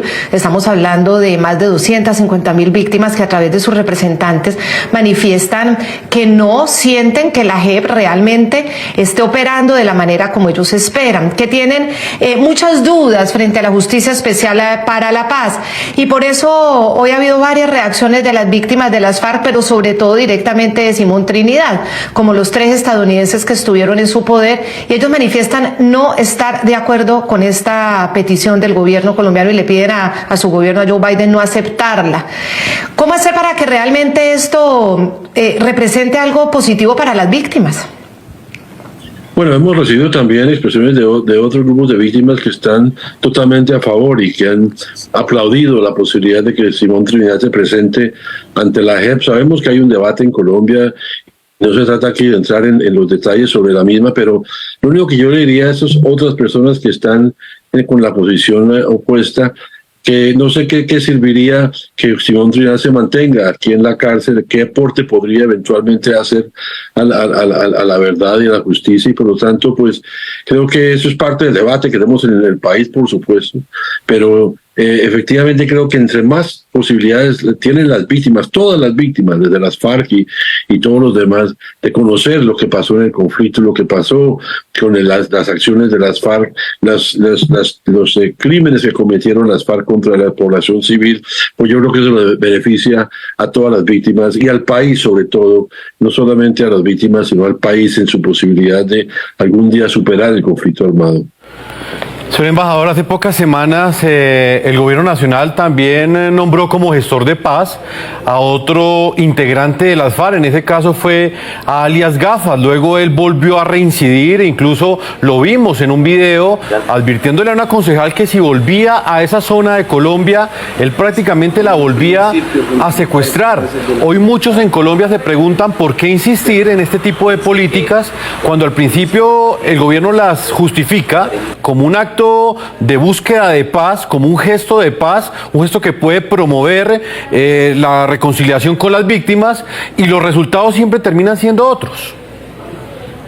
No siempre, eso no es cierto. La inmensa mayoría de los antiguos miembros de las FARC hoy participan en el proceso de paz, hacen parte de un partido político, contribuyen a la JEP, y Simón Trinidad lo ha expresado en múltiples ocasiones su disposición de acompañar al secretariado, a los miembros de lo que hoy es el Partido Común, de contribuir a la verdad y a la justicia. Sí, señor embajador, pero mire que especialmente ese caso de Gafas ha sido pues un caso que ha repercutido muchísimo en las últimas semanas, porque no solamente participa en devolver a una concejal secuestrada, sino que en el momento en que la están liberando ante la Cruz Roja, vuelve y la amenaza y sigue siendo gestor de paz. Y muchas veces también se preguntan por qué si Simón Trinidad quiere aportar a la paz y podría aportar a la paz, pues ¿por qué no lo hace desde la cárcel donde paga su pena? ¿Por qué hay que concederle tanto beneficio a una persona que cometió esos crímenes tan horrendos, crímenes de lesa humanidad? ¿Por qué, si de verdad hay voluntad de paz, primero no se tantea esa voluntad, primero no se le pide comparecer a la JEP a través de videoconferencia, sin necesidad de otorgarle el gran beneficio de que vaya a Colombia a estar en libertad? Bueno, es que lo uno no quita lo otro, y de hecho la solicitud que se le hace a la justicia contempla también esa posibilidad. Pero lo cierto es que la presencia ante la JEP es mucho más eficaz y se trata de presencialmente estar ante el proceso.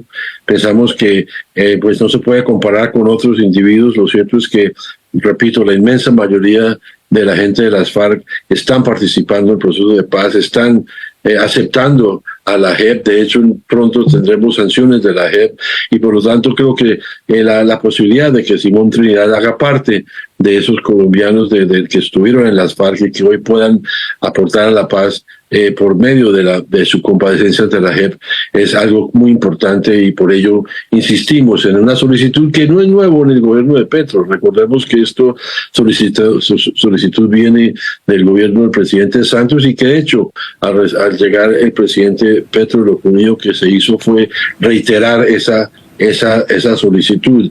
De hecho, en esta última carta que se conoció, que es la que hace que estemos aquí hablando del tema, precisamente tiene que ver con ese nuevo hecho de esa solicitud de la JEP para que él pueda ser parte de ese proceso que adelanta la JEP. Bueno, pues seguiremos hablando con usted, embajador Daniel García Peña. Usted ha sido muy amable, gracias por este ratico de esa agenda que sabemos que los embajadores de América Latina, los embajadores de Colombia viven con la agenda en los Estados Unidos, representando al país muy llena. Muchas gracias, muy amable. Aquí siempre a la orden, Claudia, a Jefferson y a todos los oyentes, un saludo muy especial. Usted ha dicho que está listo para estar el 10 de enero tomando posesión como presidente de Venezuela para los próximos años en Caracas. ¿Ese es un hecho real o podría eventualmente tomar posesión de manera virtual? ¿Cómo se imagina eso que va a pasar el 10 de enero, presidente? No, mira, nuestra aspiración es esa, de tomar posesión del cargo el 10 de enero, tal como lo estipula la Constitución, y asumirlo de manera presencial. Es decir, yo no estoy pensando en función de una juramentación telemática ni nada de eso. Yo estaría dispuesto, y nuestra aspiración es de viajar a Caracas para que, como lo pausa la Constitución, ese día tome posesión quien resultó ganador en las elecciones del pasado 28 de julio. Hay que respetar la voluntad popular y hay que respetar los más de 7 millones de votantes que propiciaron nuestra victoria. Claro, presidente, pero eso en la práctica hoy no se ve posible. Hoy el régimen de Nicolás Maduro pareciera atornillado al poder. Hoy el régimen de Nicolás Maduro pareciera contar con el respaldo, por lo menos mayoritario, de las Fuerzas Armadas de su país.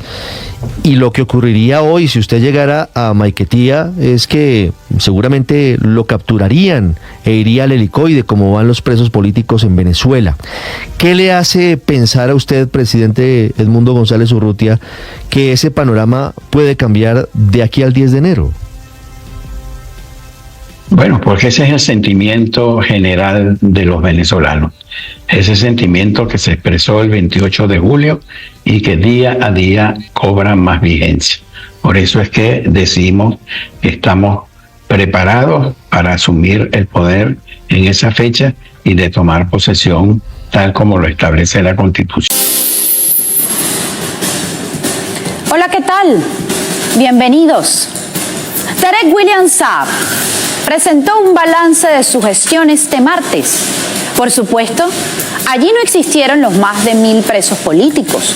No hubo justificación a todas las recientes detenciones que se hicieron sin orden de arresto. No existieron los menores de edad detenidos en cárceles comunes, a los que no se les ha respetado ningún derecho. No existieron los que han fallecido después de haber sido detenidos por el régimen. No existió justificación a la negativa de una defensa privada a los miles de presos políticos, ni tampoco un argumento para que no se hayan cumplido, en muchos casos, la audiencia preliminar. Él prefirió atacar a los medios de comunicación y a los periodistas que han revelado la verdad de lo que ocurre en Venezuela. Mírenlo.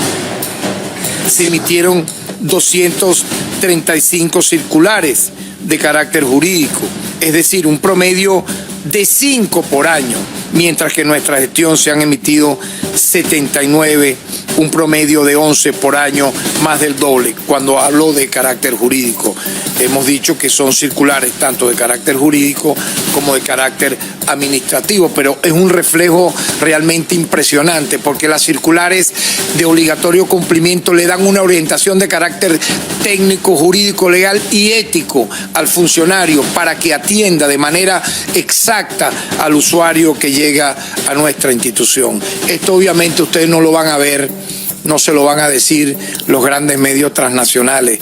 Incluso, por cierto, ¿qué dijeron aquellos supuestos, entre comillas, youtubers, influencers, ubicados en Miami, en un canal perteneciente a un prófugo de la justicia, cuyos moderadores se dedicaron desde el momento que dijeron que se abrieron las, vamos a decir así, oportunidad para postularse, arrancaron una campaña de guerra sucia contra nuestra gestión, contra nuestra persona?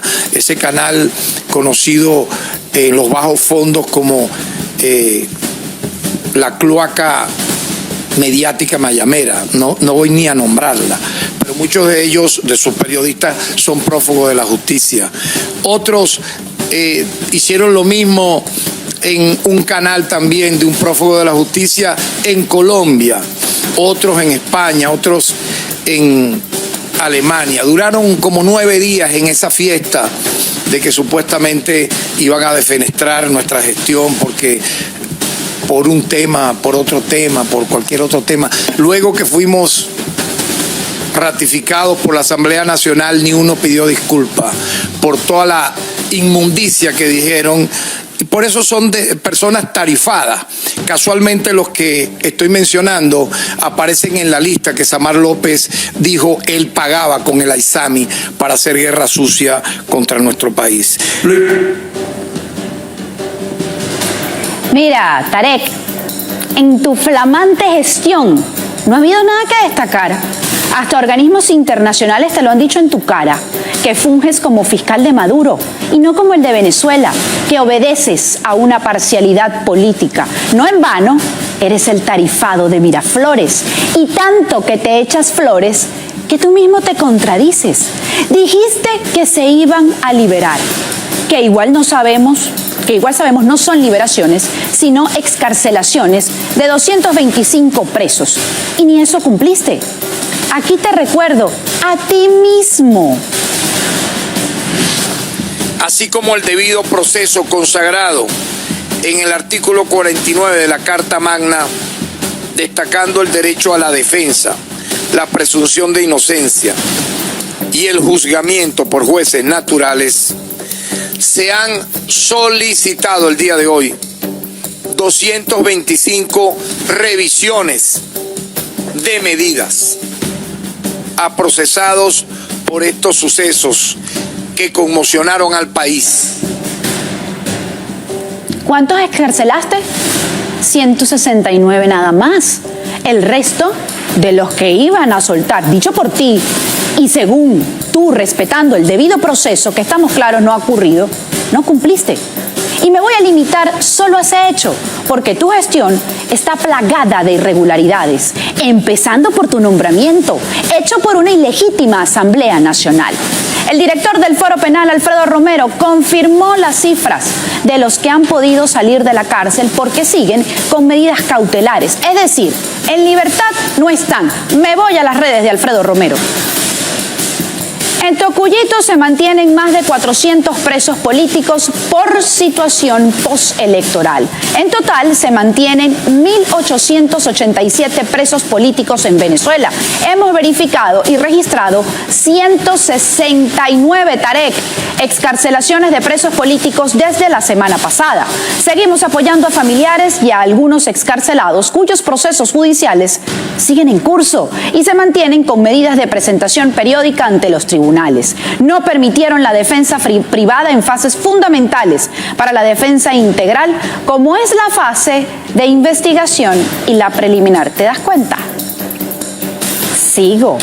Tarek habla de una atención ejemplar a las víctimas. Mira, Tarek, ni siquiera están sellando que al menos recibieron la denuncia de algún familiar cuando llegan a la sede de tu ministerio. Molly de la Sota, hermana de Luis de la Sota, expreso político, lo narró aquí en este mismo espacio hace días.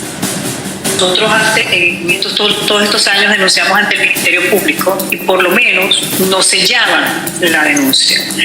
No lo metían en el expediente ni lo conseguimos muchas veces en el sistema, pero por lo menos lo sellaban. Hoy en día ni siquiera, o sea, te aceptan la denuncia pero ni te ponen el sello. Igualmente en la Defensoría del Pueblo, pienso que los espacios se han cerrado más. Los familiares y las víctimas tenemos menos espacios para denunciar, sobre todo por supuesto por el acoso ante las ONG, que son el puente, diría yo, entre las víctimas y la comunidad internacional, pero también por la parte de los defensores. Estoy viendo que todos los que han visto, los últimos presos políticos, pues los envían a tribunales de terrorismo y ni siquiera le permiten un defensor privado, ¿no? Antes tardaban, el caso de mi hermano tardábamos 5 meses en nombrar a su defensor privado, pero hoy en día es imposible, ni siquiera los dejan entrar en las audiencias. Tarek, los delitos contra los derechos humanos no prescriben en el tiempo. Y algo que sí tienes razón, una gestión para destacar, pero en lo nefasta que es. Pausa, ya venimos con más.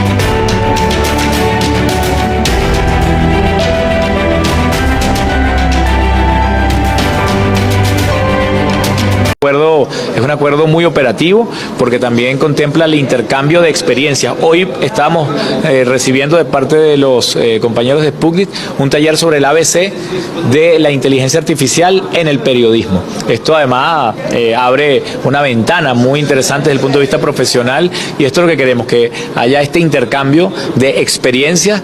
Porque Sputnik me parece que es un medio único que trae al mundo la visión alternativa de lo que está pasando. Y es muy importante que Venezuela nos dio la posibilidad de traer nuestro contenido a la gente venezolana. Ellos hacen parte de una escuela que tiene ya por lo menos 100 años dando una batalla contra el fascismo, contra el nazismo, defendiendo la verdad de los pueblos y dando un punto de vista completamente singular y necesario en un mundo donde los medios de comunicación están sobre los hombros de 3 o 4 oligopolios a nivel planetario. Somos el periódico multiplataforma El Relámpago del Sur. Conoce las noticias más resaltantes del sur del lago, Venezuela y el mundo, realizada por profesionales de la comunicación social. Síguenos en Facebook, TikTok e Instagram como @El Relámpago del Sur. Y en YouTube y X como @ChanoLozanoTV. También te puedes unir a nuestros canales de noticias en WhatsApp y Telegram.